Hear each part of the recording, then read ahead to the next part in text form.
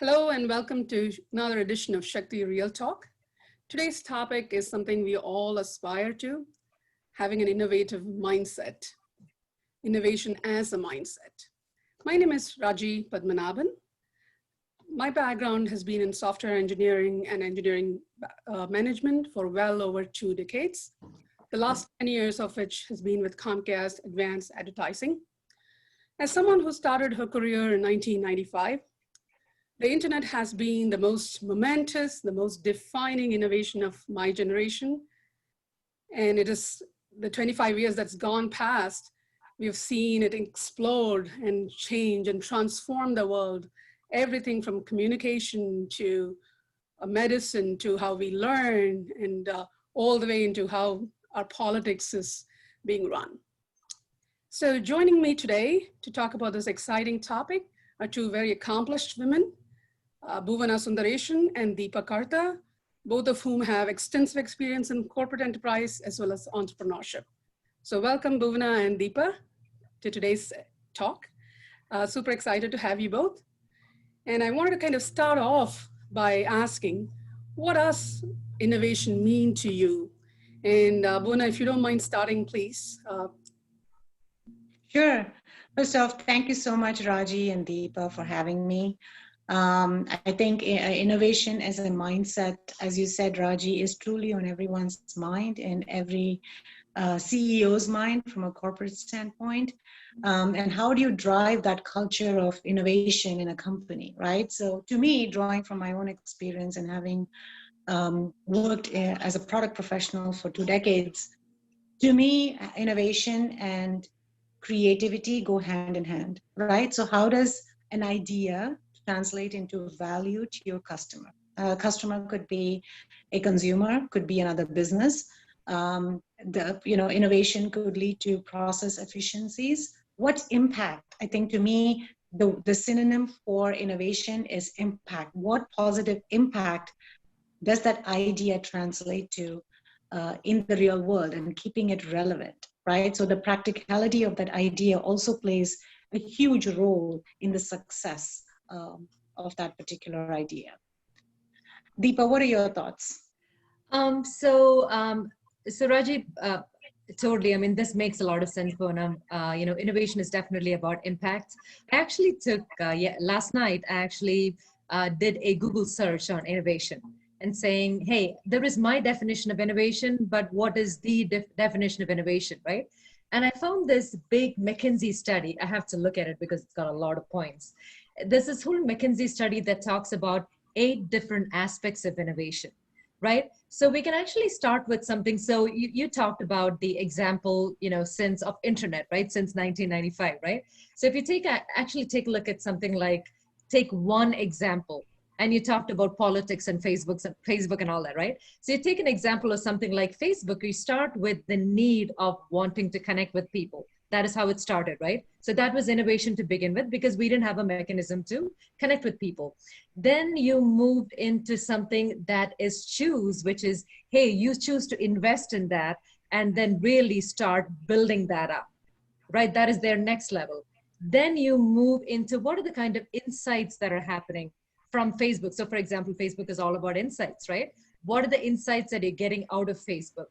And then how do you evolve from it? So it's like a never ending, I'm not going to go into the 8 different aspects of it. It's like a never ending thing where you start off with an idea and then you can kind of evolve on it. Then you kind of build markets around it. Then you see what you're getting out of it. Then you might be disrupting some other industry. So when you're taking a look at companies, it goes from something like that.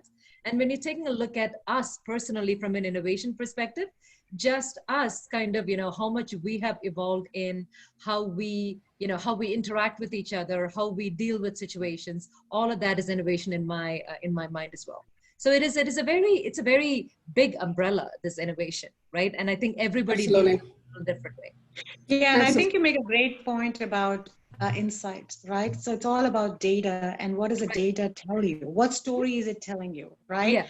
And it really gives you information on the ability to make informed decisions, right? Exactly. So, yeah. So what is that next next big thing that you want to solve for? What is the problem that you're trying to solve? So I think that is key too, right? Keeping the customer in mind and what problem you're trying to solve before jumping to any kind of solution, because that's where you foster, right, creativity in problem solving. Right. And the whole concept of necessity is a mother of all invention, right? I mean, if there is no need, except I guess in the case of like completely brand new fields altogether, typically innovation is based on needs that you see around you. Absolutely. Both of you talking, really reminded me of one innovation I've seen in Comcast, for example, in the time I've been there. Remotes were very much, manual for the longest time.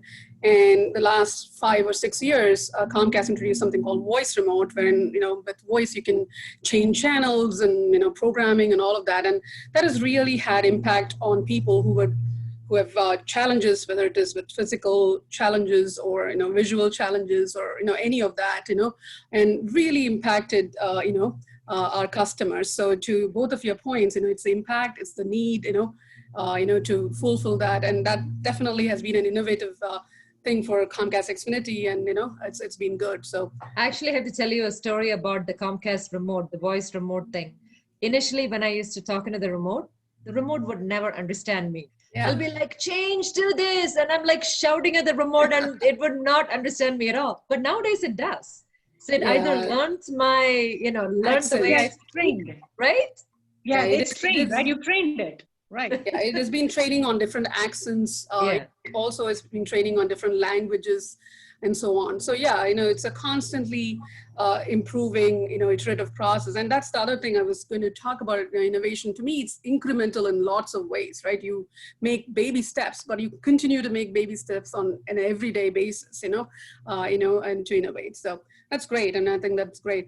So I wanted to kind of talk to you about an innovative mindset and ask you both, do you have a secret sauce, to foster an innovative mindset in your teams, in your organization? And who wants to go first? Please go ahead. I can go. So I worked in corporations for about 20 years before I started my company about 4 years ago. So one of the things that I realized, I hadn't thought about it when I was actually working inside a corporation, but when I came out, I realized that I was always what's the word? Not entrepreneur, right? That is the word, where I was constantly kind of building tools and things like that. Although my day job was to build credit card systems end to end. So that is my day job, right? But I used to constantly build tools to make people make people's productivity better, and how do you get all the reporting together? And so I used to constantly kind of had this side gig going on when I was working in companies. So I think that is one thing, which is, do you have the interest, right? Are you satisfied with the status quo, or are you not? And I think one of the biggest things for innovation is that, are you satisfied or not? Because in some cases, some industries, maybe there is no, once the whole cycle, right? I mean, you start with something beginning, and towards the end, there is no more innovation anymore. You have to wait for the next thing to come along, right? So based on where you are, you may or may not be innovative, right? That is one. The second thing is that, are you, from a mindset perspective, are you satisfied with the status quo? The third thing is that, do you have enough people to kind of come together to do all of these things? So there are various kind of things associated with it. Bona, let me hear you talk about, I know that you have a lot of, this is something that you work with for the longest period of time. So I'm sure that you have a lot of secret sauces.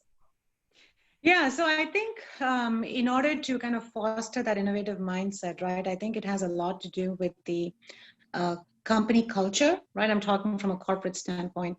I think, so you talk about the company culture at the highest level, then you have the leadership in the organization, and then it comes down to the actual, the team members, right? Who are also leaders in their own right, whether they are an individual contributor or a manager, right? It doesn't matter. I think the ability to be nimble and agile, I think is very important in order to be able to successfully innovate, right? So you don't have to have all your questions answered, right? You don't have to have answers to everything.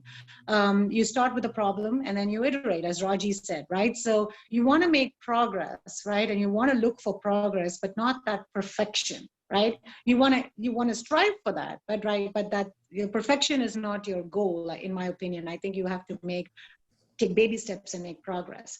But I think one of the, from as far as, if you talk about values and skills, I think problem solving, curiosity, you want to, continuous learning, right? Because that's the mindset you need to have. And I've talked about being able to influence, right? Because you have to rally a team around, make your problem their problem, right? And then you're going to see the creative juices flowing in the organization. I think those are some of the key things that come to mind for me, based on my experience of building teams and products, and having faith, right? Like having faith in your people. I think that's very, very important. Empowering them, from a process standpoint, right? What companies can do I'm coming from a technology perspective, have the hackathons. I've done regular hackathons every few weeks, right? When developing products. And I think, having the team come up with problems that they want to solve, and some of them are really have the knack of identifying problems, right? That you may not be able to see them as problems right now, but they will pose as problems later, right? So being able to get in front of those, right, and giving the team the room to kind of work on those and come up with solutions, always just to find the problem. And all along, make sure that the customer, right, we're giving feedback to the customer, and we're taking feedback from the customer, and again, incorporating that into the cycle. I think those are some of the key drivers, if you will, from an innovation standpoint. So, so to add on to that, right? So when I started my company, all I had was a position. I didn't know exactly what the product was going to be. My position was, I want this to be something. It is all about reimagining connected communities. That is it. That was my position, and that is all I had, right? And then from that to where we are right now, which is really a combination of, like a Slack and an Asana and a Facebook and a bunch of other things. It was all starting from that position, doing a lot of these, understanding the customer, sometimes even having fun, because, we actually, one of the times when we learn a lot of things. So for example, is we used to do this thing for our team where we used to have this photo contest, okay? Like a complete fun thing. So a lot of the gamification stuff that we learned was just because we ran this contest. So going back to the whole hackathon thing that Bhuvana was talking about, right? So it is really it's not just one thing, right? It is really all of these things that need to kind of fall in place to go from, to have that iteration. I mean, every single day you feel as if there is an incremental change, but 6 months later, you see that there is a transformational change that has happened in whatever you're doing, right? So it is a combination of these things, and that is why it's not easy, right? It's not like there is one secret sauce. I mean, there is, like Bona's talking about, the people is a big part of it. The communication is a big part of it. The one thing that she said was, what did you say, Bona? You said something about making your problem their problem. Yes. Right? That is hard. That as a manager, that was one of the hardest things for me, because I'll be so excited about something, but my people aren't. Right? Yeah, absolutely. How make your idea their idea, right? So right. So, once it becomes their idea, then, then it's done. Then it's good. Right? Yeah. Yeah, both of what you said resonate deeply with me. I think getting the buy-in is difficult, and the hiring for curiosity, right? I think a team of curious people make a team of innovative people, right? You really want to, have curiosity as a skill set. Yeah. Heard, I don't know whether you've seen that Google, how they recruited, they had some equation for epsilon.com, and then whoever figured out the equation got an interview into Google. Because there are people who are looking at the clue in the name of the website, deducing what it was, their curiosity driving it forward, right? And then actually landing up with the equation, and then they gave them an interview, and those are the way of them hiring for curiosity. And I think that that really, I think, drives innovation in a lot of places, so I think that made sense to me. Go ahead, Mona. Yeah, no, I was going to say that leveraging the team's strength, right? So every individual on the team, right? So if everyone was made of the same fabric, then you don't have diversity. You don't have, so you want to be, you want to have that diverse set of intellectual people, right? Like what I'm trying to say is that you want to bring out the best in each individual. In order to do that, you have to leverage their strength. So my strength is different from Deepa's strength is different from your strength, Raji, right? So, the ability for our manager, let's just assume that we are now part of a team and we have a manager, that for that manager to really identify each one of our strengths and leverage that, right? That results in the best outcome, right? So I think being very outcome driven, goal focused, right? But at the same time, make sure that every team player is positioned to leverage their strength is very key for success. Oh, absolutely. Yeah, the diversity thing, that is so big. I mean, one of my pet peeves used to be this thing called fit. A lot of corporations have this thing called fit. Do you have the right fit to be in the company? I feel that it's the opposite of diversity, because, when you say fit, it's like, is your brain working a certain way? Is your brain very process oriented? Great. If you have everybody who's process oriented, but nobody who's innovation oriented or nobody who's people oriented, there is a problem, right? So I think the thing that you talked about, Bona, with the diversity, that is huge, right? Because I think now you can see with the whole, with BLM and with the pandemic and everything, which is, you need to have people that think differently, but still care about the same topic. They might not all have the same ideas, but you have to have a leader strong enough to kind of bring it all together and synthesize a nice concoction that works, right? Absolutely. Yep, absolutely. Yep. A team of diverse people who can talk transparently, and bring challenging ideas and be the best idea win. If we can set up a process and a team like that, where that kind of cohesion and transparency exists, I think trust, right? And trust also, right? Yeah. Because without that feeling of trust and without the feeling of safety, that is going to be huge, right? Without the feeling of safety, even if you have an idea, you won't say it, right? Right. And being able to adapt, right? I think that's important too, right? Because as you are iterating through an idea, you're going to learn, and you have to take that learning and adapt. I think that is having that positive attitude and being able to adapt is also key. Yeah, having that feedback loop, right? Whatever you're learning, you're pushing incorporate that into the cycle. Incorporate that into your and it's not just for corporate or technology, right? So it's very applicable in our day-to-day life, right? So as we are growing as individuals and as we are living life, every day we're learning something, right? And being able to take from those learnings, right, and becoming a better individual, to me is just as important as developing a new product in the corporate setting, right? Or making process efficiency. So you as an individual, I think it comes down to, as an individual, are you able to adapt, learn and grow?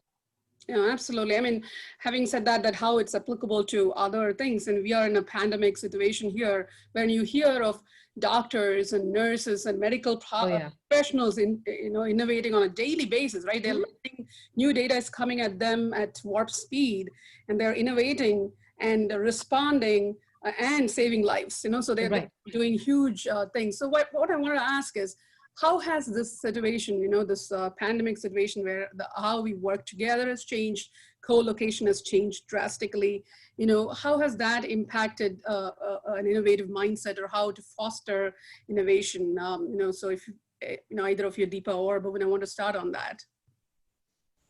Yeah, so I can go first. So I think everything that we've talked about is still applicable to the current situation, right? But then actually we need more of all of that. So we need more leadership, especially now, right? I think it's critically important to ensure that from a corporate standpoint, the employees are more engaged, right? How do you keep them engaged, right? What is the company doing to foster that engagement, right? And ensuring that everything that we talked about, from hackathons to being nimble to being able to adapt and having faith and confidence and empowering your employees, you know, doing all of that, but doing it more, right? I think that it's having that focus and being deliberate about it, right? I say deliberate because you have to make the extra effort now to make sure it happens, because not everyone is co-located, as you said, Raji, right? So and not everyone is dealing with the same things, right? I am dealing with a whole set of problems, right, than you are, Raji, or the Deepa is. So while the COVID situation, right, it's different. Everyone's case is different, right? And we have to be we have to understand that. We have to empathize with that. I think empathy is very important, especially now. Recognize that, and being flexible, right, as leaders, as managers, as in an organization, and even as individuals, right, in our day-to-day life, being flexible is, I think, very important right now. Deepa, what do you think? Yeah, so as a startup, I had a little interesting situation because you know, so as a startup, trying to grow at this point of time, it was hard, right? Because starting April till about August, it felt as if everybody was in a tizzy, like a total tizzy, right?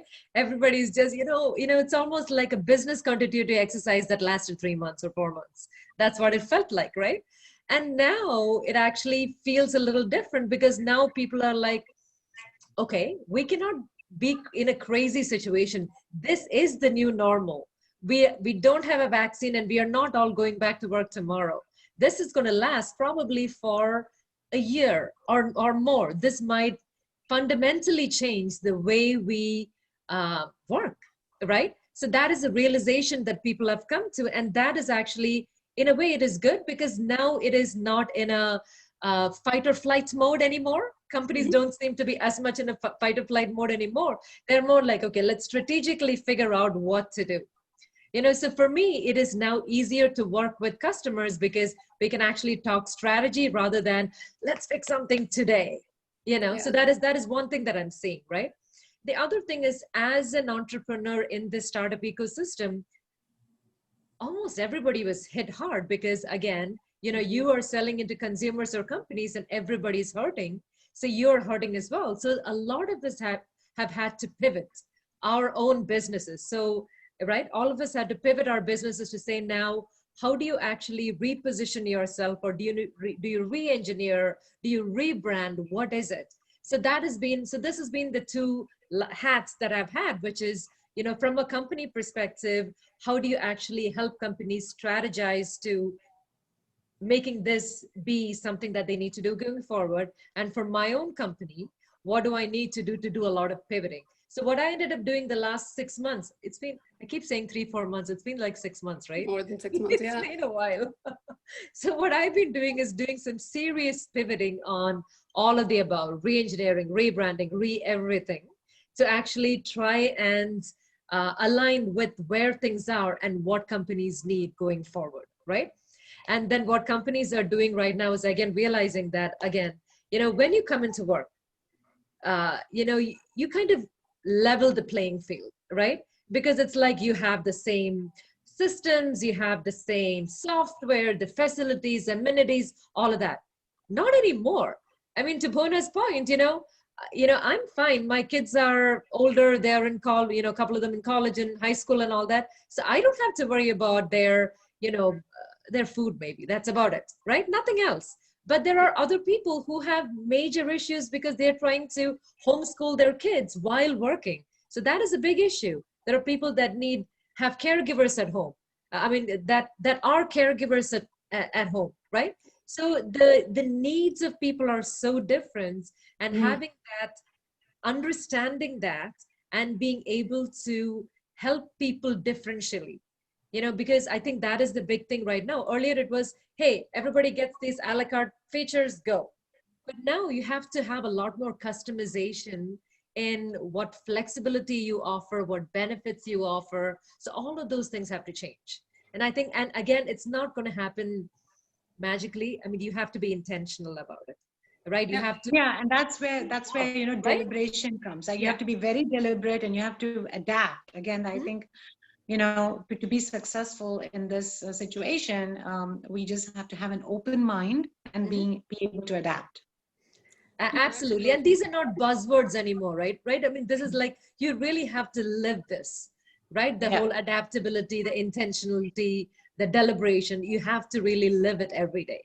Yeah, and I think we are left with no choice but to Right. do those, right? You know? And we are going to come out strong, right? We are. We absolutely will. That is the thing. I think this is going to spur so much innovation in, for example, in how we work together, how learning happens, and vaccine development. They say it's scaled in unprecedented ways.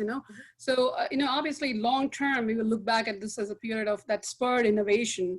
But as we are going through it, it is obviously it's hard. It's very hard for a lot of people. You know, the one thing that I tell myself every day is the serenity prayer. Give me the strength, right, to change the things I can, right, accept the things that I cannot, and the wisdom to know the difference. And I think right now we just have to focus on what we can do. Where can I make an impact, right? How can I channel that energy in a positive way?